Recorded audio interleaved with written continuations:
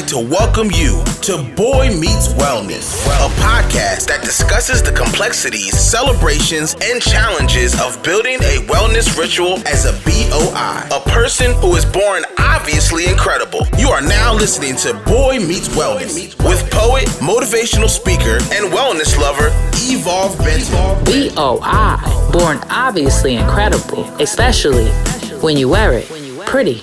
Welcome, Boy Meets Wellness listeners. This week's episode will give you a peek into my life as a higher education administrator. Yes, I think on the last episode I told y'all how I work at UCSF School of Medicine. So today we'll talk about some of the celebrations and challenges of being a Masculine Center administrator on a college campus. I got to sit down with my mentor and actually the person that got me into this work, Van Bailey.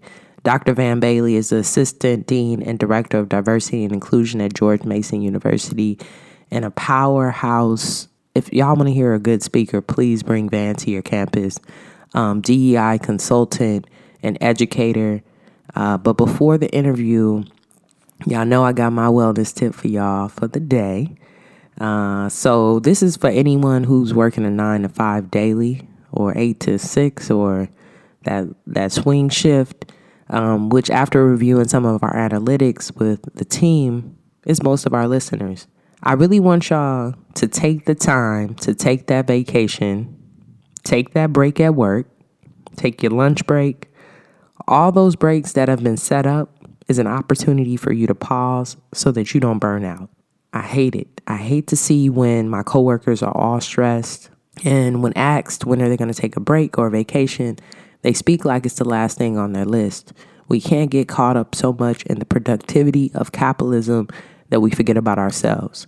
And while burnout is scary, what is even scarier is that if we continue to overwork and stress ourselves, we can actually kill ourselves, right? Kill ourselves, which kills our temple, which takes our body and takes our souls from this planet. So take that break, y'all. I love to travel and love doing it on a budget. So last year I signed up for Scott's cheap flights. And I'll leave that link in the show notes so y'all can check that out.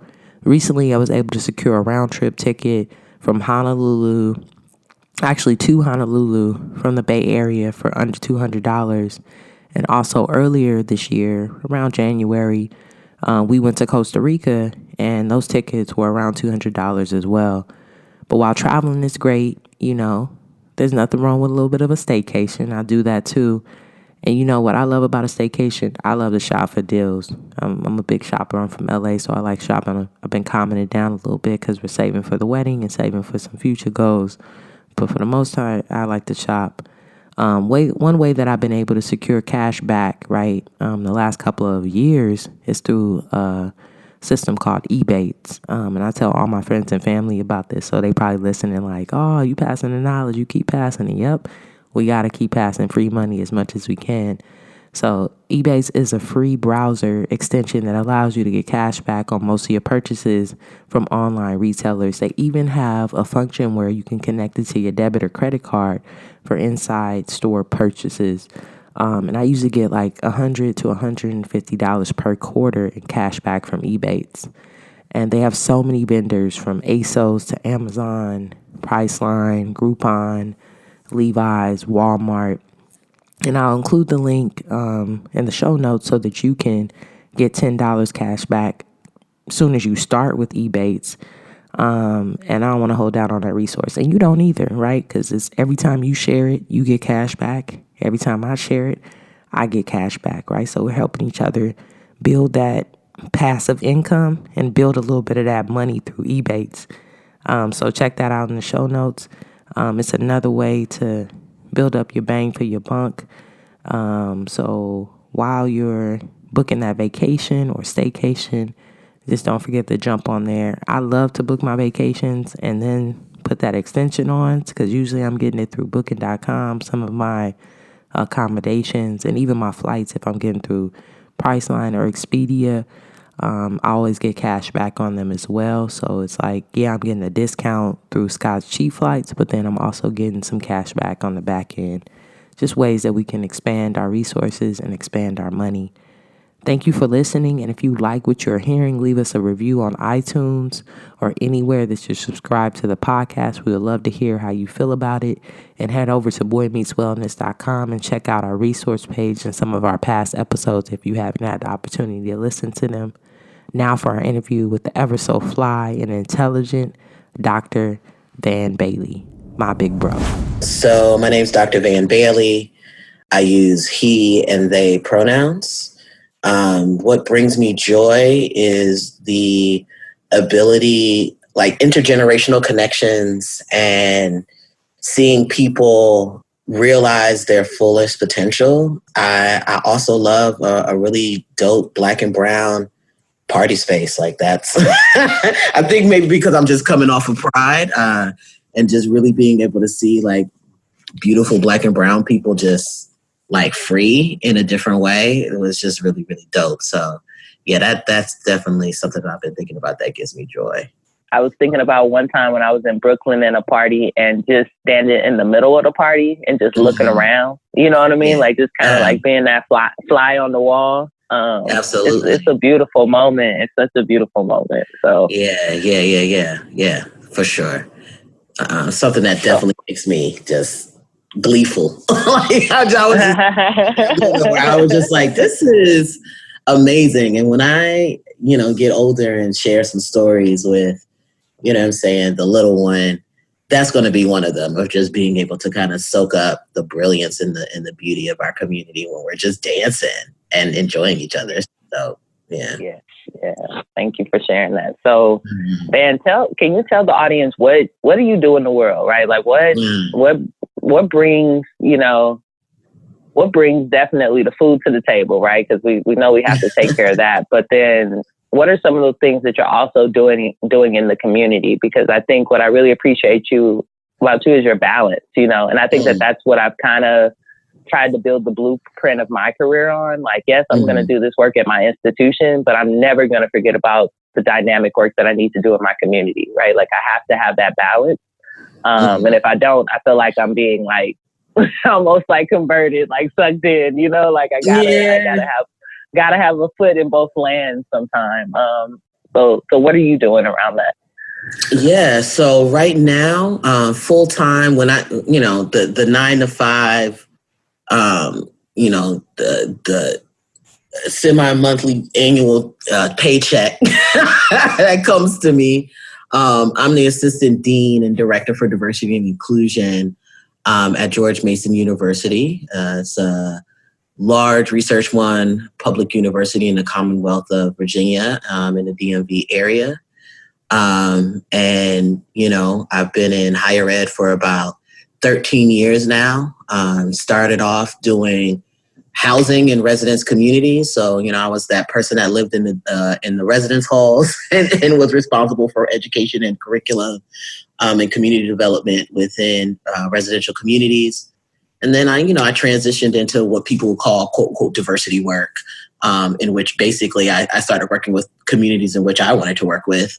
And that meant LGBTQ plus communities. And now I've kind of, moved into broader communities and looking at all folks of color, all LGBTQ communities, and undocumented communities and first gen communities. And so that's what I do when you say 9 to 5. I'm also a consultant.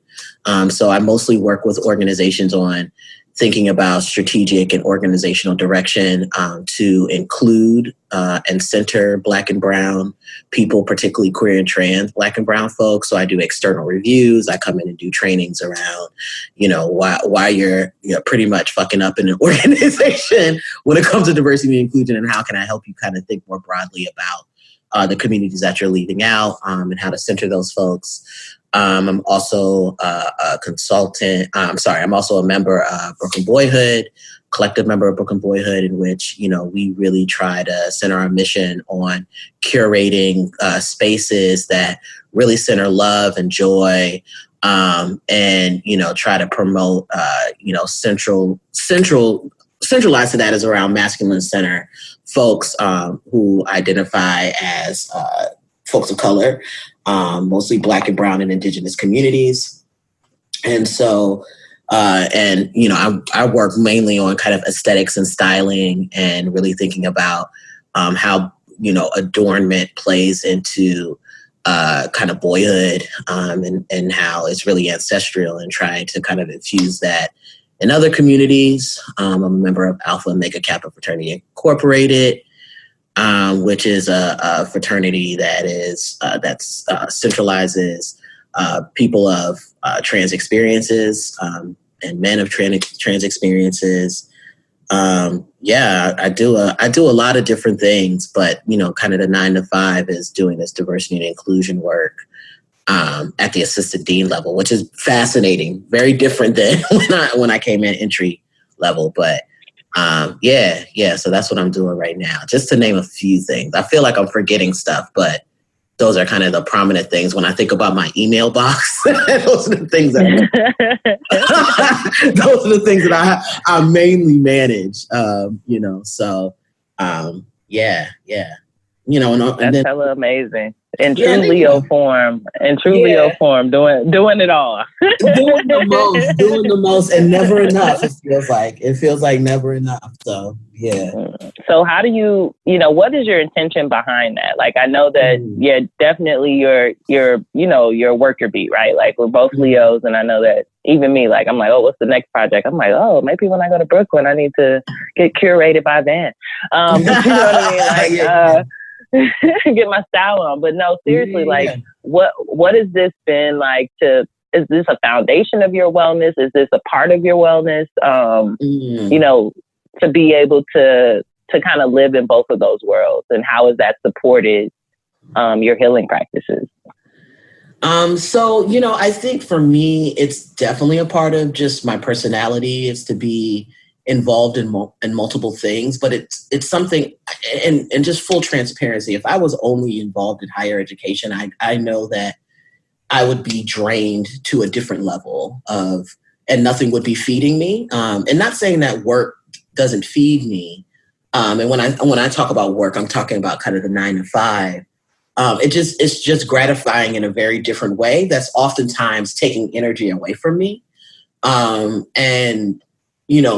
For things like Brooklyn Boyhood or involvement in the fraternity or the mentorship that I give to other boys who want to be in higher ed and things like that, like that's the stuff that fuels me.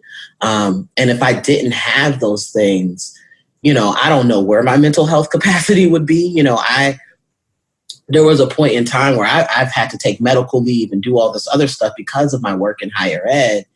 Because it's soul draining, frankly. And that, I can count on my hands other people who look like me in higher ed, who do similar diversity and inclusion work.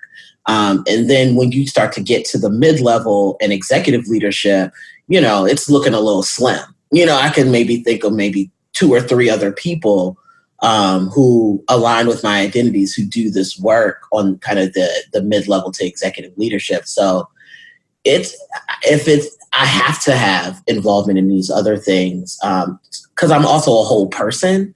I feel like, higher ed and the ideas around professionalism and how you show up and things like that, just, it sometimes feels very like I have to do this balancing act where there's this other that I have to tap into.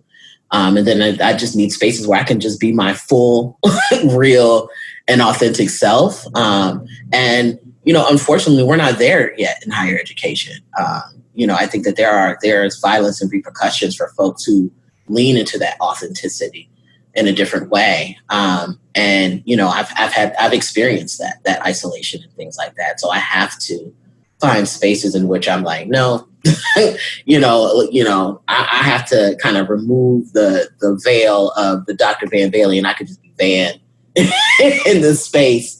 So it's about that type of balance, like what is fueling me, and what's taking away from me, and how can I make sure that I'm always edified in some way. Thank you so much for bringing that up. I'm in a part of NASPA's Gender and Sexuality Board. Mm-hmm. And, we had the larger conference this year in Los Angeles. And what was really cool was like this was probably the first time I seen like maybe like 5 to 6 more masculine-centered folks in one space, in that type of space that were folks of color. And I was just like, wow, like this is not like, I've never seen this, right? We were all excited. And, you know, being in my role at UCSF in the School of Medicine, I'm their equity inclusion program manager. People were really like impressed. They're like, what does that mean? What do you do? It's kind of ambiguous, right? So I'm trying to explain. But they're also looking at me like, you know, how did you get there and how did you maintain? Because they're in the beginning of their careers, and a lot of them are experiencing what you're talking about, like that isolation, that not feeling like they're good enough, trying to find the balance of like not wanting to overwork themselves to be seen, right?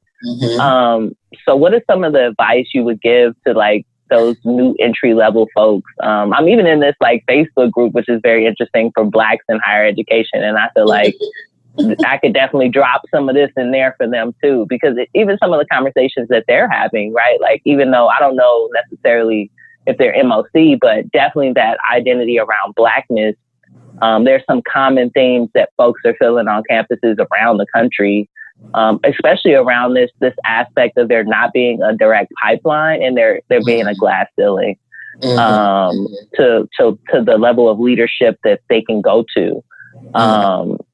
So yeah, like, what is some advice you would give for like entry level folks? You know, first, you know, imposter syndrome is very real. Like that idea that I'm not good enough and I got here on luck, or they're just really looking at my identities and nothing else, blah, blah. One, I have to like, you know, kind of dead that noise and just affirm that you are absolutely worthy of being in these spaces, and fuck white supremacy for making you feel like you're not worthy of those things, right? These spaces have typically been built on exclusion, right? And so when we enter these spaces, it's almost like we're this rarity that people don't know how to function or even think about us. And when I say us, I'm particularly thinking about Black MOC folks in leadership. And so you're absolutely worthy to be in those spaces. So that's just first. And then, you know, to honestly, to affirm that likely you probably won't have anybody in the space, even if you have a well-intended director or a well-intended supervisor, who really understands the holistic experience of being Black at MOC, and how you have to navigate the institution very differently than themselves.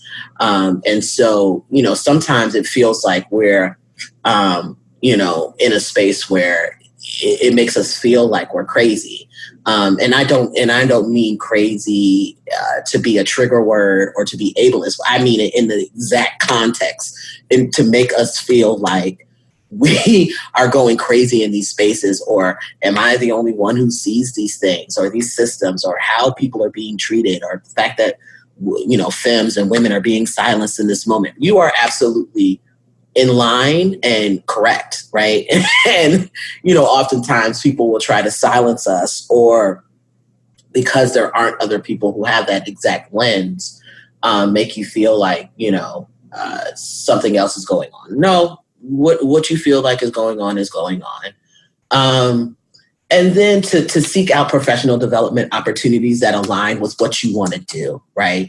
I think that NASPA and ACPA, they're great, right? I think that they are a way for people to get an introduction to the field, but that is not the only spaces. Like it wasn't until I did things like the Brown Boy Project, or I did things like go to the Allied Media Conference, or check out things that NBJC, the National Black Justice Coalition, was doing, that I moved outside of higher ed spaces where I actually was able to find other people like me who were doing, maybe not work in higher education, but were doing other work in which we could partner, or I could bring them into the institution, and we can actually also figure out how we can get each other paid in some sense.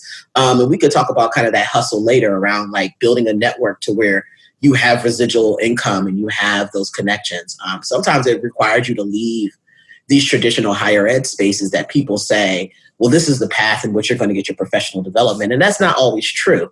And so, you know, getting being able to articulate a proposal to your supervisor that says, you should send me to Allied Media Conference, or you should send me to these more quote unquote non-traditional conferences in which I can find my people, is important, because that isolation that you felt where you're like, one, that's dope. Like that you were able to go to NASPA and maybe see 5 other people. I remember a time where there was not 5 other people, right? And 10 years ago, I'm literally exactly. That's why I was sitting there shocked. Sitting there like 10 years ago and be like, oh, cool, it's me and maybe one other person, right? Because, I'm not going to act like I'm the only one who's in the field. There were definitely people and elders before me, but that's like 1 or 2. And it's regional specific, right? Like, I think that, the fact that NASPA was in LA was probably helpful, right? I'm thinking about those NASPAs in which sometimes we don't want to travel to an Indianapolis or those other spaces in which we're like, Ashe. You get what I'm saying? Where already you experience some sort of isolation by going to the conference, and then you're going to put me in a city where I'm going to experience even more isolation. I'm good.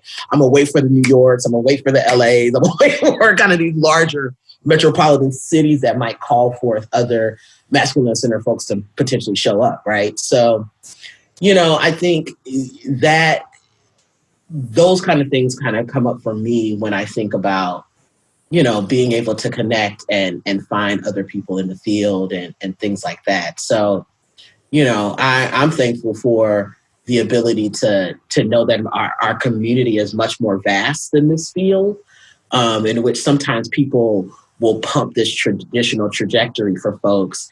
And I'm like, oh, you might not always find your people there. You might actually have to maybe go to a regional something, or maybe go to something that's not quote unquote marked as higher ed to find other people. I went to an MBJC event and I found other people who were working in higher ed. And I was like, oh, cool. And they were like, oh, I've never been in NASPA.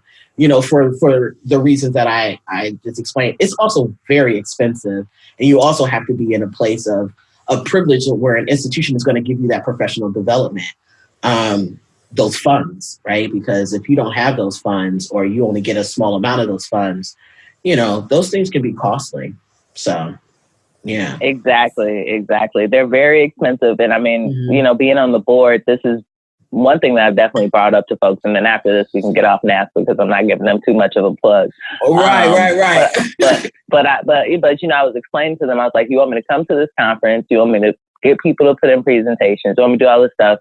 All this labor, I don't get paid, and then I have to pay you to come. I was like, something's wrong with this system. So, and I was telling them, I was like, they do have like a queer and trans scholarship now for folks, but that's just a foot in the door, right? Like your first conference, the average amount of networking or community building that you're going to do is really low because it's usually so large and so overwhelming. So there also has to be some intentional programming to support not just new attendants, but new attendants who are queer people of color, queer and trans people of color, right? Like they need particular programming because they're not, I've never been to a first time event, right? Like that's the most anxious to me. I know there's going to be hundreds of people there. So that's the one I'm not going to. So can we have like a breakfast on that day? Something. So definitely trying to give them the resources and some of the tools while I'm still there, because I don't plan on renewing. And the reason I don't plan on renewing is because of some of these things, right? Like I just, I could be on another board that sits more close to my values. And speaking of boards, just real quick, like that was one of the things when I was working with the consortium for higher education, LGBTQ resource professionals.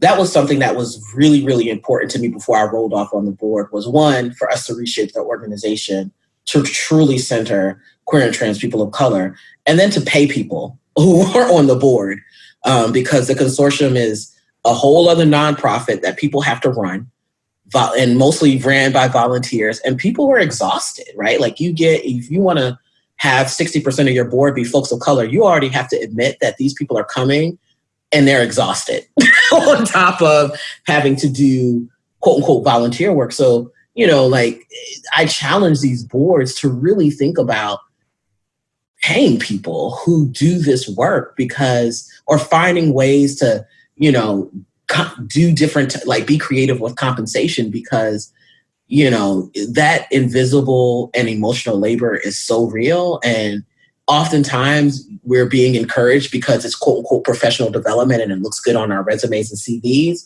But really, like, we enhance these boards by our presence alone, and we should be paid for it.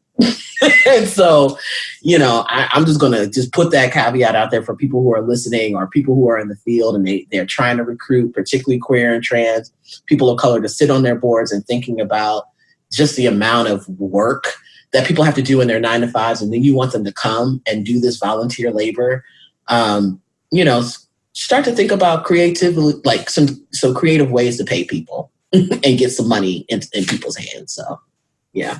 Yes, run them their coins, run them their bag, please, because most of the time they're not getting paid at their institutions the way they're supposed to either. So that's the other thing. So let's get into this fashion talk. So sometimes, I have a tendency. I dress pretty, I would say, semi-formal in my role, and that's just because of the institution I'm at. I'm, connected to a hospital, so people aren't as formal all the time. Some events we are. But sometimes I just get real urban on them real quick, and I'll tell my colleagues, I'm just, I'm inspiring a little Van Bailey today. You know what I mean? And I think one of the first times you and I sat down and talked, and it was in your office in San Diego. This is for the Boy Doc, and you were like, I'm gonna come into this meeting just like this, and you had on like a jean jacket, I believe, and like a fitted. And I expect and demand respect, right? So, how does fashion lead in your work, and how do you use it as a healing modality? Because I often see that, especially on Instagram, when you are wearing something fresh, or even when you're just in some leather showing us all your hair and being bare-like, you know what I mean? Like, it really gives me life and it gives me healing energy. So I know that it has to be doing it for you. So what are some ways that you're using fashion to get well, or to heal, or to just inspire yourself and others? Yeah, I appreciate that question. And I look at fashion in two ways, right? And there's probably more ways, but like my main like modalities for it is armor and adornment, right? And I look at it in terms of, and I still feel that way. I'm going to show up to this meeting in this fitted, and I'm going to show up to this meeting dress comfortably, and I demand respect, right? Like, it doesn't take away from my 13 years of experience or, this 10-page long CV, right? Like, should still be able to show up dressing how I dress and be respected. You get to dress how you dress. Like, it's just so audacious to me, particularly for white folks, to think that me wearing a suit or a tie is going to demand more respect because I feel more palpable to you or safer to you because of these clothes. And I think it's just another form of diluting and like taking away people's authenticity in the workplace. And so I also we also work with students mostly. And I know that, your institution is a little bit different, but, I'm mostly working with young folks who are anywhere, from 17, 18, all the way up to adult age, right? Because, I do work for with a lot of not quote unquote non-traditional students, right? Adults. And so, I'm showing up in spaces and I don't like it to feel like there's just such a power differential where I'm wearing like, I have on this tie and that makes me different than you, where I'm like, not really. We're all trying to get free within this system. And we know that education does provide a certain level of access. And my clothes should determine if I'm seen as legitimate or not. So, that's kind of a baseline for me. But I also think that, some of the most free that I've seen boys and is when they're able to dress themselves and feel really comfortable. Like when we were doing the calendars for Brooklyn Boyhood and we did our photo shoots, we were so intentional with how we did the photo shoots and how we set them up to really be like this, like incubation of like love and affirmation. Like soon as you came out in your clothes, we are telling you that you're beautiful and you're sexy, and we got the music playing and we're hyping you up, because it is just and to see the smiles on people's faces because they feel good and they feel like they look good is amazing. And so I see it as, one, adornment is very ancestral. We've been doing this, since our connection to the motherland. It is in hieroglyphics. It is all over paintings and walls, and like we've been fly. So I think, I tap into that around like, no, I'm just doing what my people have always done.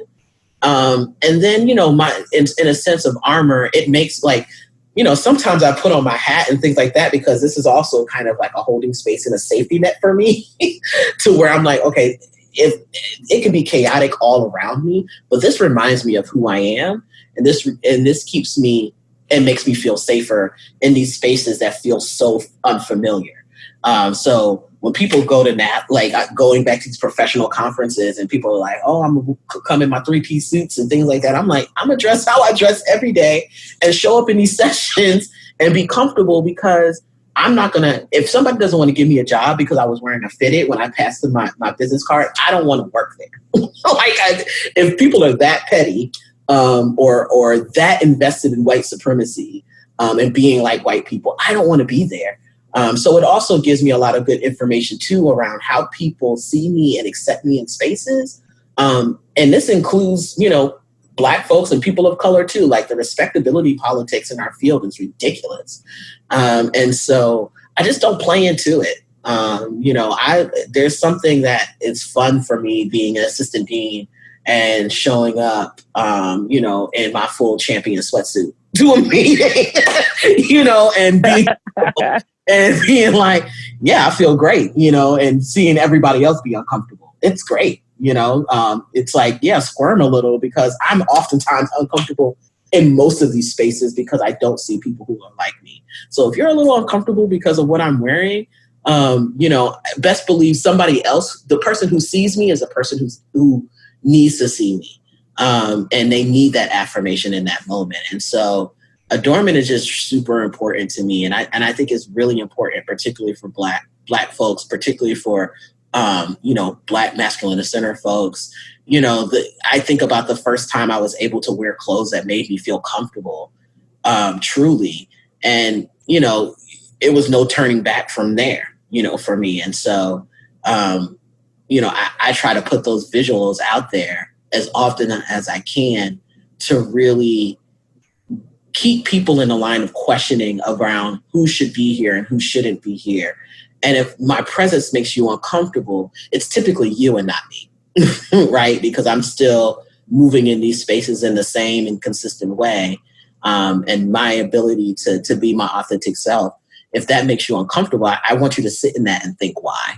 And so, the fashion pieces is just something I truly love doing. Somebody asked me like, if you weren't doing higher ed, what would you be doing? And I'm like, if I could just style and do personal shopping for boys and, go back to school and have my own line and things like that, that's totally what I would do, because it's just really, really powerful. I've seen people's countenance and just their whole sense of wellness change when you put them in some clothes that feels good to them, and I think that like I said, ties back to the fact that it's ancestral. Like there's nothing, the blood that's pumping through our veins has always been rooted in some type of flyness. So I think that. Thank you. Thank you.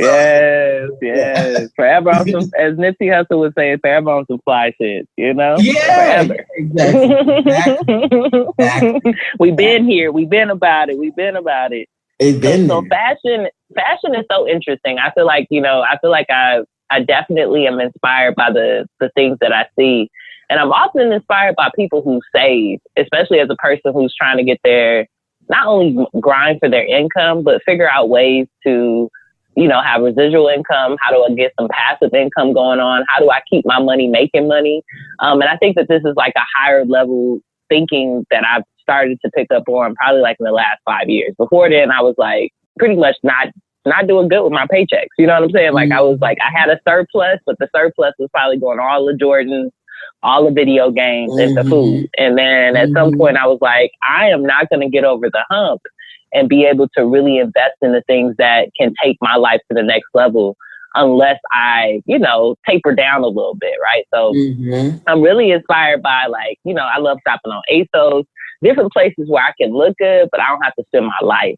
So is there any tip, you know what I'm saying? Is there any tips you can give to folks who are still trying to do that, but also trying to, like, maintain a budget? And do you have a budget, and what does that look like in your life?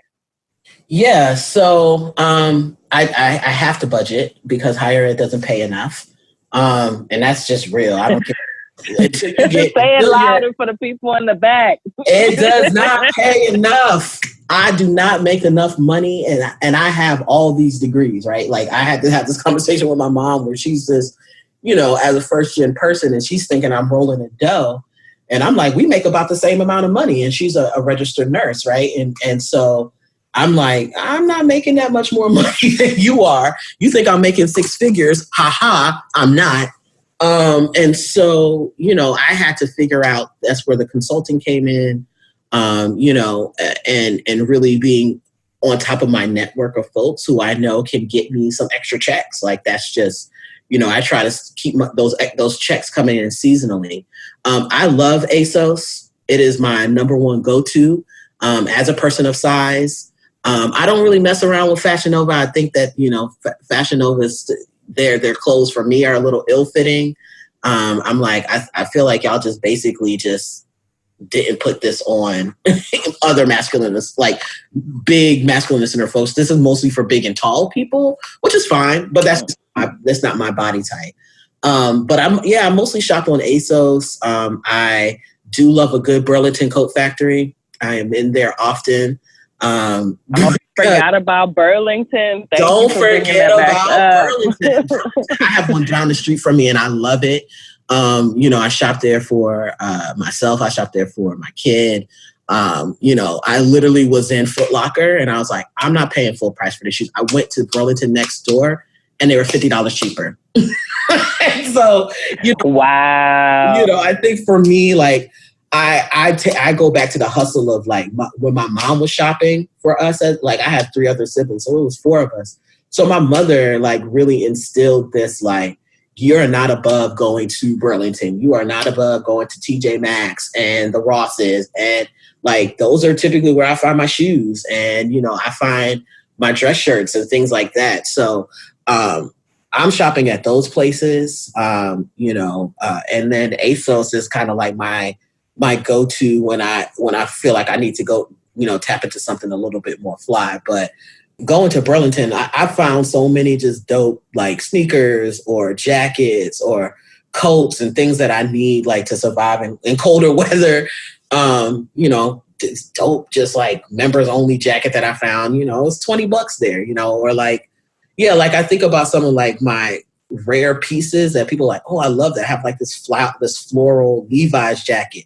Found it at Burlington. So, you know, I don't sleep on the Burlington Coat Factory. And, you know, the residual income and tapping into the network and seeing where, you know, I can do consulting or, you know, I can do trainings that are outside of my job is just really important for me to keep extra money coming in. Because, yeah, it's just higher ed doesn't pay. You know, that's literally, I mean, if I only had to depend on higher ed, I would be living check to check. I live in a very expensive area in the DM. Like, the DC metro area is very expensive to live in. And just the way that the Commonwealth of Virginia schools pay, they pay based upon the Commonwealth and not necessarily based upon the fact that I live in the DC area. So me and a person who works down in Richmond are making very similar money, but it costs, you know, $500 to $600 less a month for rent to live down in Richmond. So it's just not a very well-paying field, you know, and I tell people that coming into it, like, don't expect to be rolling in the dough until you get to the vice president level, honestly. And that's just real. Yeah, it's very true. I mean, I think I picked that up very, very quick from you. I was like, dang, man's over here speaking. Van's on this panel. And then I was like, I need to put myself out there, literally. And I was like, okay, who can I talk to? So usually my goal is like, one speaking engagement a month, maybe, and I know that during the summertime, it's kind of chill.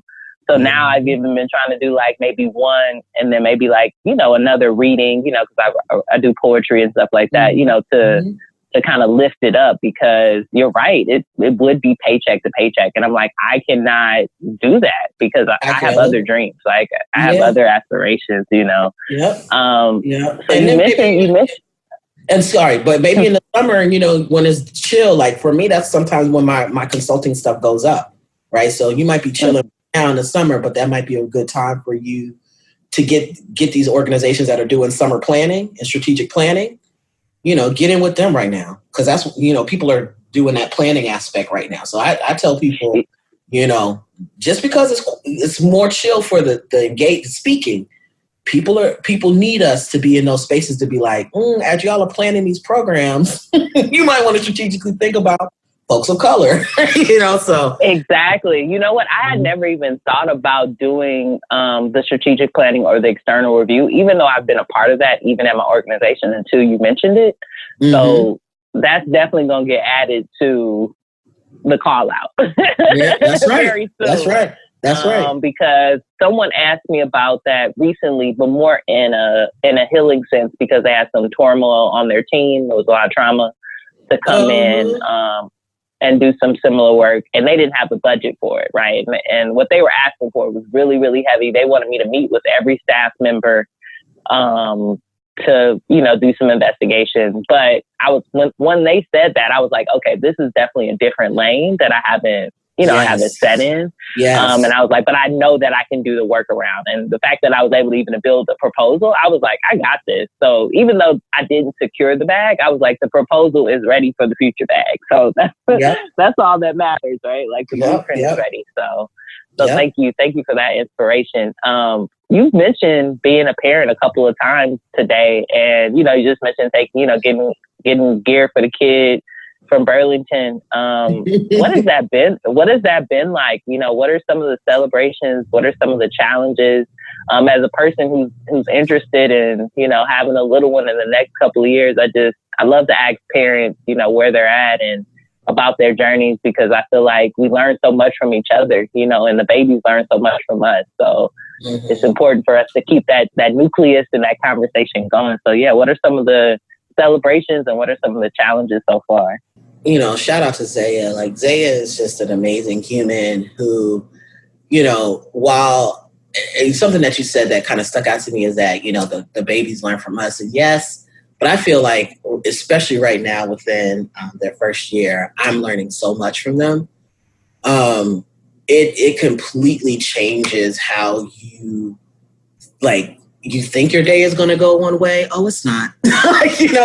You just I learned so much on the daily just by interacting with a small human who is literally every day learning something new about themselves and new about the world. I think, the challenges, especially in the beginning, is just sleep, right? Like a lot of people talk about it, but it's real. Like, getting sleep, being on a schedule, right? Like there's not a lot of models, particularly for queer and trans people, around, parental leave. If you have a parenting structure that is not in a traditional parenting structure, there's not a lot of grace that institutions give you, right? Sometimes you might get paternal leave, which is typically 2 weeks, which is definitely not enough time to even get to know a human. And so, those challenges just around scheduling, around sleep, around having support for childcare, that's, not heavily just relying on one parent or the other. Like my parents and family don't live close to me. So, we rely heavily on my partner's family who are in the area for childcare. And that's something that definitely weighs heavy on me, because I'm like, I wish I could quote unquote do more in terms of my own village. But my partner was very intentional around like how she wanted this birth to happen and how she wanted to have a village of folks be included in this child's life. And so the intentionality is really important around like how you want to go about parenting. But literally every day, like it feels like every week we're having a conversation about like, we don't know what we're doing, right? Like we are literally, you know, relying on the advice of elders and basically going on what does this child need every day, right? Like, and that can shift and change because they're growing. The thing that I love is just the, you know, like seeing their little personality come into play, learning words and learning how to communicate and really pushing back on folks around. I mean, I would say this is a challenge and a joy, like around gender and, you know, the fact that, this child has a penis and a lot of people are like, well, he's going to be this man. And I'm like, we don't know what this child's going to be. You know, Zaya may decide something otherwise, but, you know, the challenges that come around these gender expectations, particularly for boys, to me is disturbing. Like, you know, just like buying clothes for him sometimes and how sexualized they can be. Like, you know, those things like little hunk or, you know, kiss me, I'm cute. And I'm just like, why do we do this with kids? This is gross. Like, you know, this kind of stuff that we do around just kind of the sexualization of kids. And like, I can't get with that. And just gender expectations remain a challenge. But I oftentimes find a little fun in it by pushing back on folks around, you know, who Zaya should be and how Zaya shows up. And so, yeah. And, you know, I'm a parent in a very non-traditional sense, right? Like this is, you know, definitely something that I always wanted, but not necessarily I was like, oh, this is going to happen right now. You know, I met my partner who's an amazing person and, you know, was very intentional in talking to me and saying, I am going to be a parent and I'm going to have a child. And, you know, and I told him that, you know, I want to be a part of that and I want to be a part of this queer village. And so, you know, I think still kind of going about and understanding that co-parenting requires a village and it's never truly like it's always like in addition to other folks too, whether those are grandparents and uncles or godparents. You know, it's a very queer way of like thinking about parenting. And so, yeah. But, you know, the challenges, you know, are typically the societal ones, right? Like the expectations that people put on you as a masculine or center parent and those pressures that I feel to, you know, particularly around raising somebody who is seen as a boy.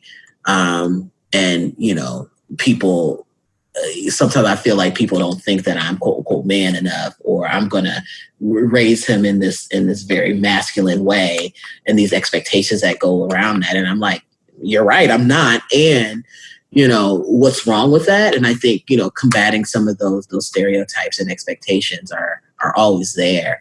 But the challenges, you know, don't, to me, outweigh kind of the rewards and the joy of having a little human and learning so much from them and learning a lot of patience and just learning a lot of, you know, you have these ideas around sleep and the functionality of it, like a 30-minute nap will do you wonders when you're raising a kid. So, you know, especially in those early months when they're literally feeding like every hour to 2 hours. So, yeah, you know, just it's a day by day thing. I learn something every day, and that's not a cliche. That's literal. You know, so that's real. That's real. Well, congratulations on that. I think it's beautiful.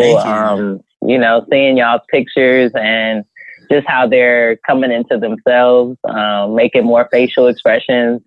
It's just so cute. So thank you for sharing. You know, thank you for being willing to share that with the world too. You know what I mean? Like, for us to be able to see that side of it, because I think that it inspires me to be like, okay, I can do this, and I can do this in this political way that I want to do it. You know what I mean? Like, absolutely. Like to be able to see that blueprint, because oftentimes I feel like even the people that I think are kind of awake once they have children, they start just dipping into another zone. And I'm like, wait, I thought we weren't doing this stuff. Like, what happened? But I think you did get caught up in society and your family, and, you know, it's a lot more expectation. So thank you so much. We're going to go into our final segment of the show. But before we go there, I just wanted to know if you could share with folks, how can they tap in with you if they want to bring you out to their organization, if they want to bring you to their campus, their conference? How do they get in contact with Dr. Van Bailey? I'm pretty easy to reach. I'm drvanbailey@gmail.com. I tell people, reach out to me on social media. If you find me on Facebook, I'm under Van Bailey. You can also, find me on Instagram, Dr. Handsome, 2 underscores to the DR, 2 underscores handsome, and Twitter at Dr. Van Bailey. So I use social media to communicate with folks. So I don't want people to feel like, oh, I can't add you on Facebook, or I can't, DM you or send you an email. Please do that. And then, of course, if you're interested in building and learning more about Brooklyn Boyhood, we do come to folks' campuses as well. Especially around the anthology that we released, and that was edited by Mo Willis, and that's outside the XY, and that's around queer and Black and Brown masculinities. And so, if you're interested in any workshops around masculinity, that's definitely something to do. Or talking about how to curate safer spaces for queer and trans people of color. That's at Brooklyn Boyhood on everything. So, you can go to our website and just go to hit us up. Literally, it says hit us up, and you can put your information in there. But for folks who are getting connected to me, drvanbailey@gmail.com is the best way to just hit me up with an email. Don't be shy. Dope. Thank you so much, Van. So our final segment is called Boy Talk and Hop, right? So it's kind of like a fill in the blank segment to kind of like, have a little fun, see where your mind is. Oh no. So don't, I know, right?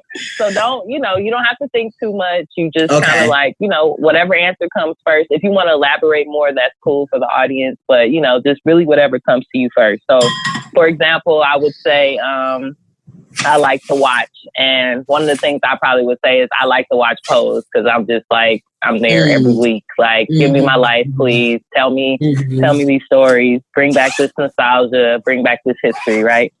So the first one I have for you is fashion is... freedom. Yeah, fashion. Love is... complicated. I love to watch... Euphoria. Euphoria is something I'm watching right now. It's on HBO. Nice. What is it about? What's it about? So it stars Zendaya, and one of the reasons I love it is it's really about Gen X, younger folks, and just kind of it follows the narratives of these young people, and it's a pretty diverse cast.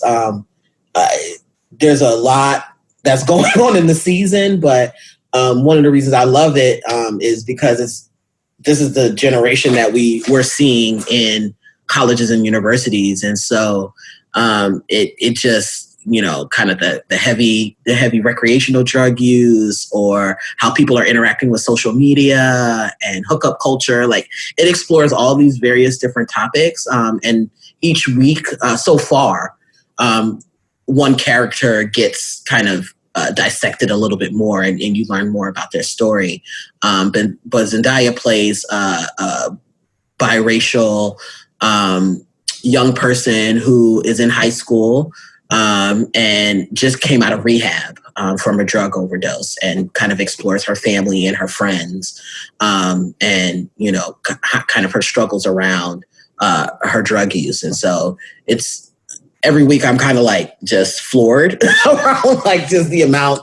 It is heavy on in terms of like the visuals and a lot of triggers, a lot of things like that. But to me, it really is helping me understand exactly the world in which young people are functioning in. It's very different, when I was coming in and there was barely social media. I think it was like, kind of Facebook and Black Planet, Downlink, like stuff like that. And just like, what these apps are like, or what is this life like for folks who this is all they know. This is how young people are interacting with each other. That, I'm quick to DM you than to call you, that kind of stuff. So it's interesting. Yeah. Wow, that's pretty cool. I got to check it out. You said HBO, right? It comes on HBO. Mm-hmm. Okay, I'm going to check that one out. More money, more opportunities. Definitely. My favorite food is Jamaican beef patties with cheese and cocoa bread. Yummy. Mm-hmm.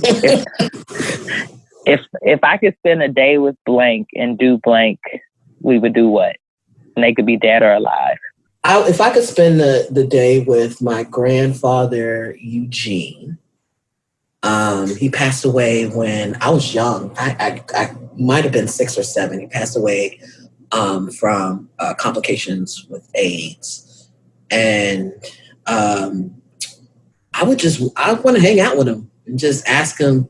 He was a fly dude. Like every picture I see him in, he's in like this, like just dope fly clothes. And I just want to learn about his life.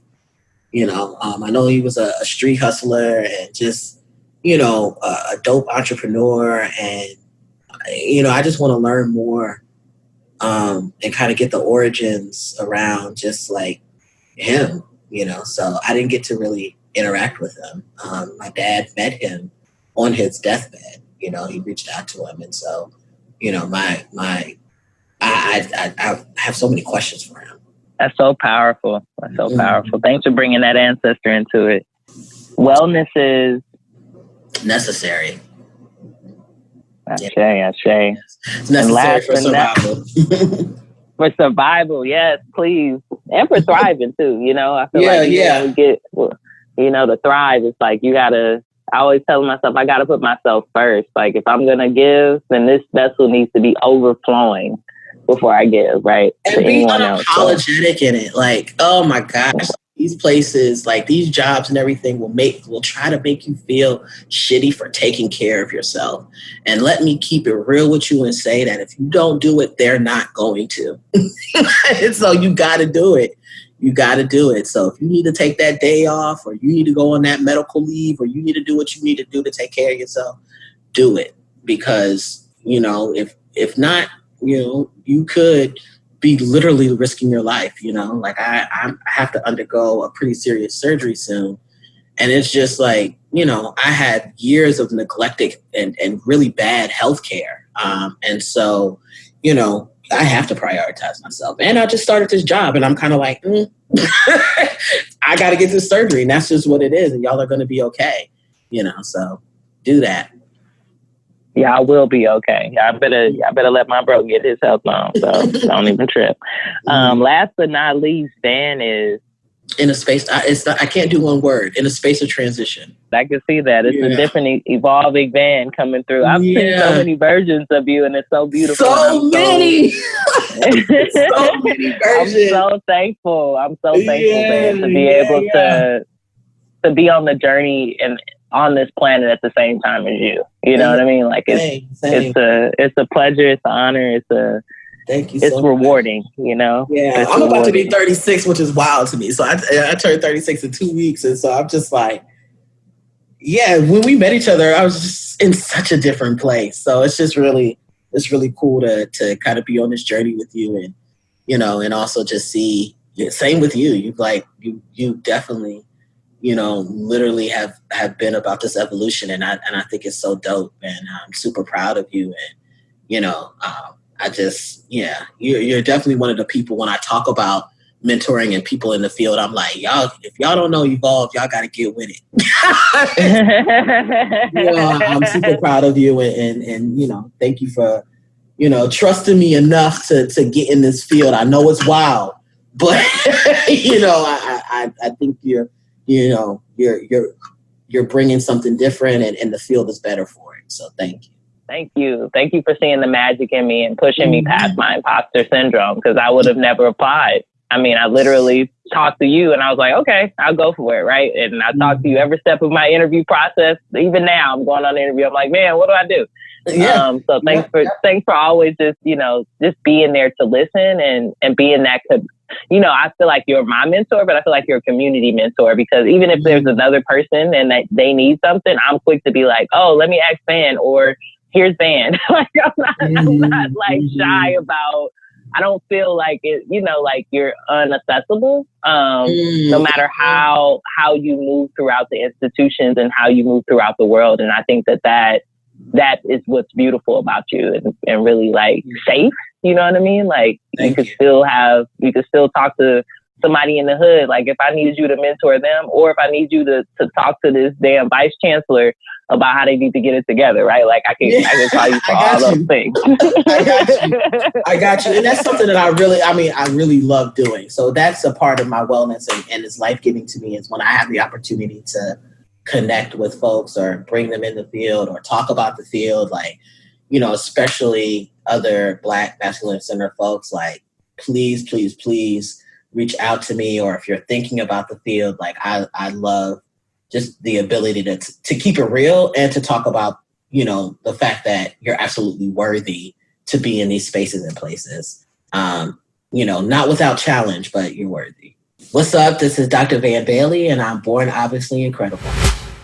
Thanks for listening to Boy Meets Wellness. Stay connected on and off the show by following us online at Boy Meets Wellness. That's boy with an I. Until next time.